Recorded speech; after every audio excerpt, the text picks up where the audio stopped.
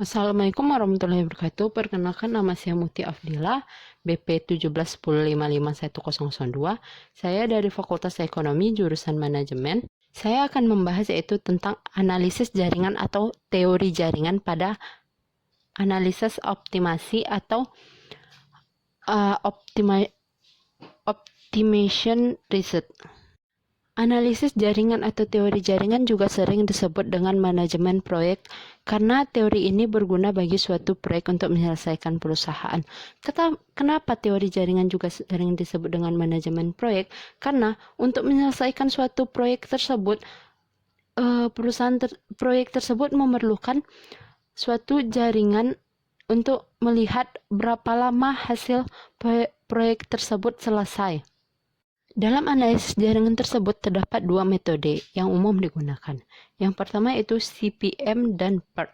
CPM atau Critical Method terdapat menggunakan teknik deterministik yaitu waktu penyelesaian proyek. Yang kedua itu PERT atau Program Evaluation Review Teknik, yaitu untuk penyelesaian tidak diketahui secara pasti sehingga memiliki tiga asumsi waktu.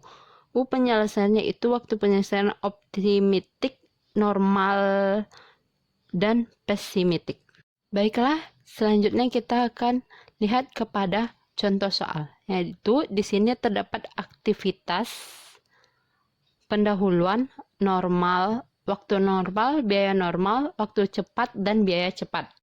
Untuk soal tersebut dapat diketahui itu soal tersebut ditanya tentang jaringan kerja, jalur kritis, waktu dan biaya optimal, respektulas CPM, dan guard card. Untuk menentukan hasilnya, kita terlebih dahulu melihat tentang yang pertama untuk kita lakukan itu mencari jaringan kerjanya. Untuk melakukan jaringan kerja, kita membuat lingkaran terlebih dahulu, yaitu lingkaran pertama. Di sini kita taruh nilainya 0. Kenapa nilainya 0? Karena kita baru memulai dalam waktu baru memulai. Yang selanjutnya kita lihat pada tabel. Aktivitas A pendahuluannya kosong. Berarti untuk memulai suatu proyek tersebut kita harus melakukan aktivitas A terlebih dahulu. Di sini kita lakukan aktivitas A. Setelah kita melakukan aktivitas A, kita lihat selanjutnya aktivitas apa yang kita lakukan. Selanjutnya itu kita akan melakukan aktivitas B. Sebelum kita melakukan aktivitas B, kita lihat terlebih dahulu pendahuluannya.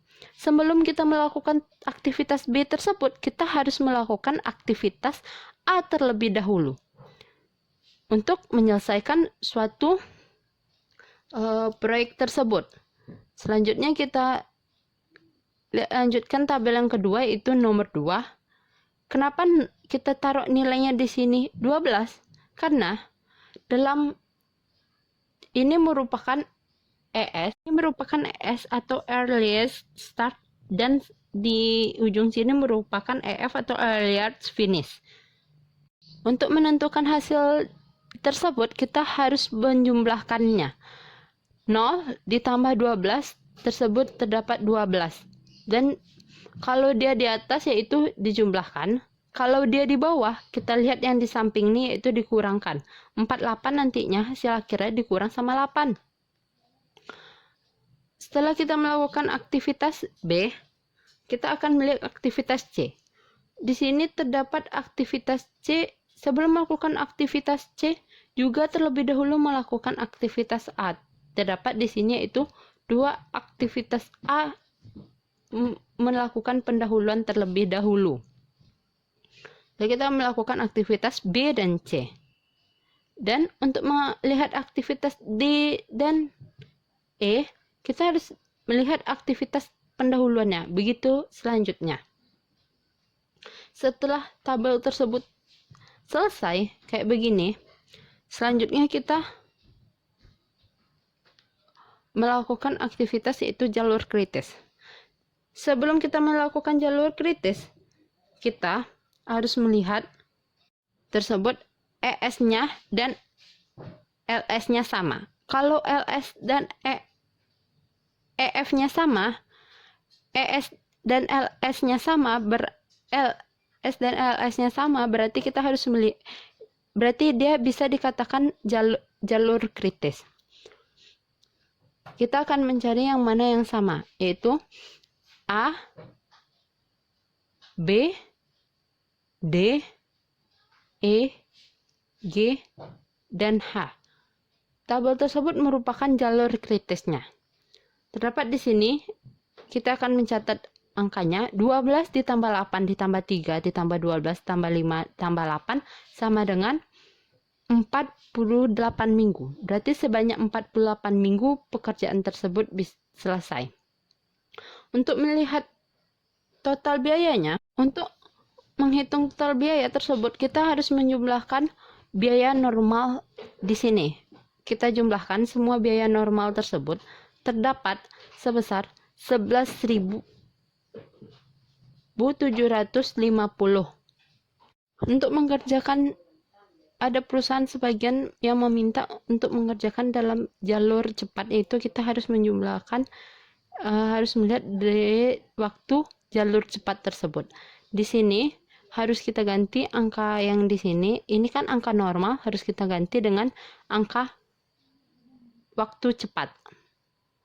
Untuk menentukan biaya optimal, kita harus menambahkan 3 tabel, yaitu tabel A, B, dan C. Untuk mencari tabel A, kita melihat yaitu waktu normal dikurang waktu cepat. Waktu normal tersebut kita kurang waktu cepat. 10 dikurang 12 dapatnya 2.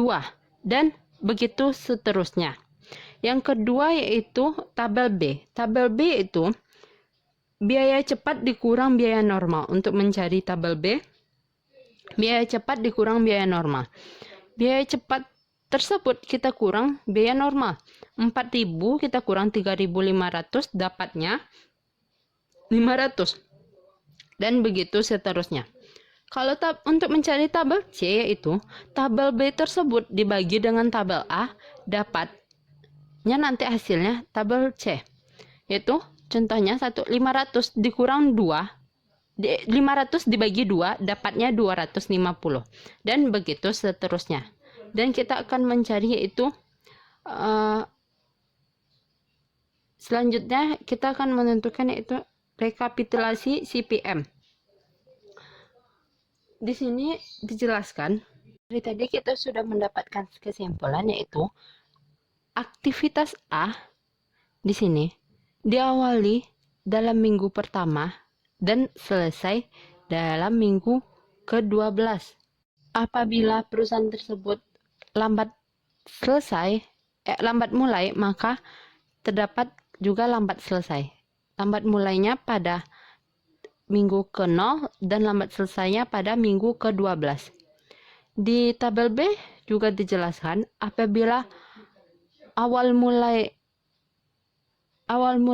apabila tabel cepatnya awal mulainya minggu ke-12, berarti awal selesainya juga terdapat pada minggu ke-20. Dilihat pula apabila perusahaan tersebut lambat mulai, berarti lambat pula selesainya. Terdapat di sini lambat mulainya pada minggu ke-12, lambat selesainya pada minggu ke-20. Di tabel C juga dijelaskan apabila awal mulainya pada minggu 12, berarti akhirnya juga terdapat pada minggu ke-16. Apabila lambatnya perusahaan tersebut melakukan, berarti terdapat minggu 12, bahwa di tabel tersebut telah disimpulkan apabila perusahaan tersebut memulai perusahaannya pada tabel minggu ke-0, berarti selesainya juga pada minggu ke-12. Di tabel ini disimpulkan bahwa pada aktivitas A terdapat paling cepat mulai yaitu pada minggu ke-0, paling cepat selesai pada minggu ke-12, paling lambat mulai pada minggu ke-0, dan paling lambat mulai pada paling lambat selesai pada minggu ke-12. Yang di B yang juga dijelaskan, awal cepat selesai pada minggu ke-12, awal lambat mulai pada minggu ke-12, awal lambat selesai pada minggu ke-20, lambat selesai pada minggu ke-20. Awal cepat mulainya pada minggu ke-12, awal cepat selesainya pada minggu ke-16, awal mulainya pada minggu ke-12, awal akhir mulainya pada minggu ke-12, awal akhir selesainya pada minggu ke-17, dan begitu juga seterusnya. Selanjutnya itu kita melihat tabel Gantt chart. Di sini dilihat bisa juga kita lihat pada minggu pertama kita melakukan aktivitas A, yaitu awal mulainya tersebut pada minggu ke-0, awal selesainya pada minggu ke-12. Apabila terdapat awal lambat mulai minggu ke-0, awal lambat selesainya pada minggu ke-12. Di sini bisa kita lihat pula adanya perbedaan antara apabila kita melakukan awal mulainya minggu ke-12, maka awal selesainya pada minggu ke-16. Apabila kita melakukan awal lambat mulainya pada minggu ke-12, maka kita akan menjadikan lambat selesainya pada minggu ke-17.